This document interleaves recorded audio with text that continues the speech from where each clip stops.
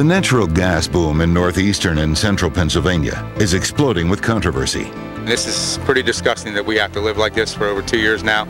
Water wars have divided communities looking to cash in on land leases. Something on the scale of the BP disaster is about to happen to our drinking water, and already has. On one side is the environment.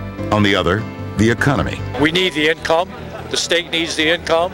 Our county needs the income. Our country needs the gas. Some say the benefits outweigh the risks. This is probably the last treat America will ever have until they get their energy act together in a sustainable way. Others warn of disaster. It's a disastrous situation for private homeowners, for themselves, for their families, for their future. All the opinions, all the protests, and all of the drilling runs deep in what we call gas rush, the Marcellus Shale Project. Here's Candace Kelly and Drew Spire. The natural gas rush is sweeping through northeastern and central Pennsylvania. Some see an economic boom for the state, a move towards a cleaner burning fuel, and an attempt at cutting ties with foreign oil. For others, the future isn't so bright. Protesters cite worries over water contamination, ripped up roads from truck traffic, and concerns over who's regulating the industry. Now, in the next half hour, we'll highlight the main concerns over natural gas drilling and weigh the pros and cons of the process. The story begins 400 million years ago when the Marcellus Shale was formed. The underground rock formation stretches from New York to West Virginia. Today, it's found beneath 60% of Pennsylvania's landmass. Flash forward to the days of King Coal, it's the cheapest energy around. And for generations, the emphasis was put on cheap power, not clean power. In recent times, many have been pushing solar and wind energy, but that's been put on the back burner. The reason? The amount of natural gas sitting underneath us in the Marcellus Shale. Some consider it to be the second largest natural gas deposit in the world. It doesn't hit home until you actually have it happen to you. You know, a lot of people say, oh, it's not going to happen to me, it's not going to happen to me. We weren't forewarned. The people of Dimmock Township are at ground zero for the gas rush in Pennsylvania. In 2008, the gas companies set their sights on Susquehanna County. Experts say there is more than 260 trillion cubic feet of recoverable gas and an estimated $1 trillion worth of resource trapped beneath the hills of Pennsylvania, New York, and West Virginia. That makes the Marcellus Shale the largest gas play in the U.S. In the past 2 years, there has been a world of controversy, an environmental backlash, and an eye-opening economic spark to struggling communities. But in some cases, the controversy runs as deep as the wells. Our water was fine before this happened, and now it isn't. My daughter Sarita and I both threw up every time we drank it, and it affected her more. She's got an ulcer. The controversy stems from the drilling process called hydraulic fracturing, or fracking. Think of it as an underground fountain that uses high-pressured water, sand, and chemicals to loosen up the gas. It's this process that some say is causing water contamination, sickness, and a mountain of everyday problems for landowners. My wife and kids moved out. They do not want to live down there. When they come in, we did not ask for the water problems, and that's what we got. They are the gas companies. A host of drillers offered leases to landowners to begin work. Many handed over their property for a price, but some say they're paying a different price for that deal. Any culture that destroys its environment for profit is doomed. A lot of people are eager for the money, and that's the first thing they see, dollars, They don't think about what's going to happen afterwards. And what happened afterwards? Lawsuits over contaminated water wells, debate over regulations, and concern over who will police the gas companies. Meanwhile, drilling sites popped up in Bradford and Wayne counties as well. While some cite safety concerns, others welcomed the industry and the economic growth soon to follow. It certainly has that potential. The gas companies have invested hundreds of $millions to be here, and even up in New York State. So I don't think they're going anywhere. I think they're here, and they're going to be here a while. It's nice. Yeah, it is a good thing. We certainly appreciate your business. Naturally, it helps us. And this becomes the central issue in the gas drilling debate: the economy versus the environment, and the search for a cleaner form of energy. Natural gas is commonly called a bridge fuel from coal and oil to solar and wind. It's a cleaner burning fuel. It lessens our dependency on foreign oil, so it's a win-win situation. We want energy. We're hungry for energy in this country.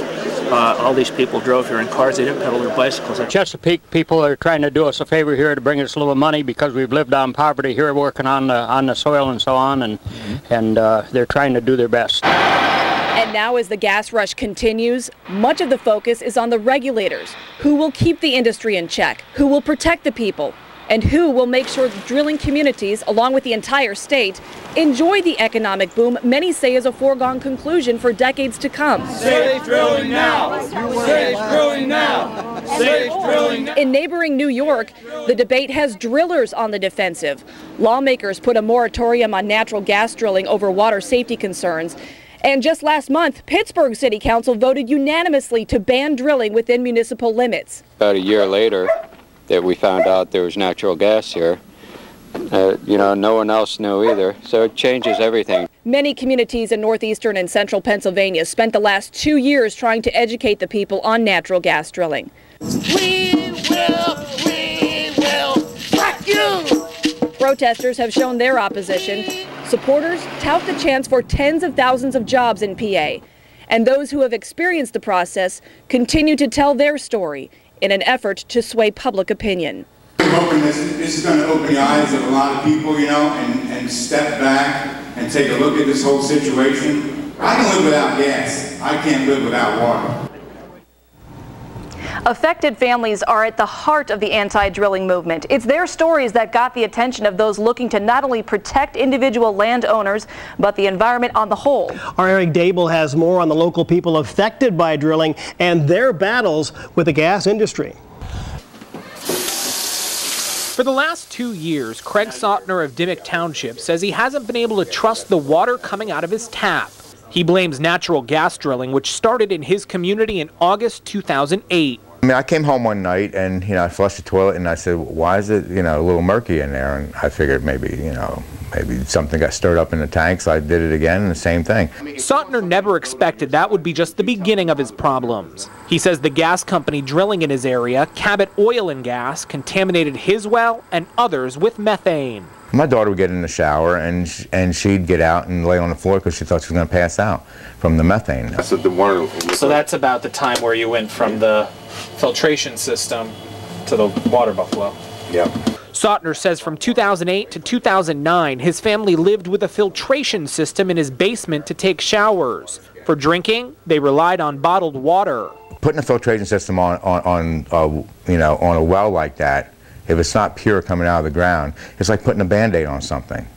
You're not getting to the root of the problem, you're just masking the problem. For the last year, Sautner has dealt with a water buffalo and daily shipments from Cabot. That buffalo is hidden by this shed in his front yard. Natural instinct, you go, I want to go fill up the coffee pot. You go over to your sink and do that. We can't do that. Along with many of his neighbors, Sautner has filed a federal lawsuit against Cabot, saying the company has damaged their health and property values. We've been putting up with this for a year and a half or better. And you just want a solution. We just want a solution. Cabot officials say they're not responsible for the widespread water problems in Dimmock. They say methane gas was present in the area before drilling even began. There's no denying that there are individual situations that need to be addressed, and we're working hard at addressing those. We live here, we work here. The Pennsylvania Department of Environmental Protection recently announced plans to fix the water woes. They want to build a $12 million pipeline from Montrose down to Dimmock. Cabot and some people in the community say that's not needed. To run a water line from Montrose down, I find that rather foolish. Cabot maintains many of the affected homes could get clean water with reconditioned wells. They also point out some homeowners in the area have had no problems at all. If it's about getting clean water and doing it quickly, we can do it. We have the technology, we've proven that it works. But for people like Craig Sautner, that promise is a little too late. I wish this never would have happened. I mean, it's changed everything. Sautner is hopeful the pipeline will become a reality and their federal lawsuit will be successful. We just want some kind of closure, some kind of settlement. We got to get this thing done and over with. As for that controversial water pipeline project between here and Dimmock, as well as a little farther north in the Montrose area, ground on that is expected to be broken within the next few months, but by all indications it seems that issue could also be destined for a courtroom. Reporting in Dimmock, Susquehanna County, Eric Dable, Eyewitness News. Coming up, people who support natural gas drilling make their case. 9 out of 10 wells nationwide are hydraulically fractured, and it's never contaminated groundwater. Straight ahead, why some say the gas rush is just what the Commonwealth and the country needs right now. Plus, the state's top environmental regulator weighs in.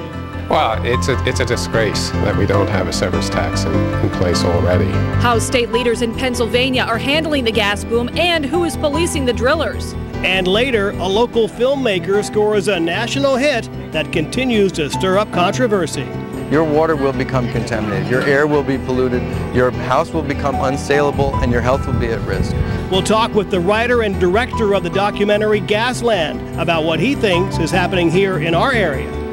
Gas Rush, the Marcellus Shale Project, returns right after the break.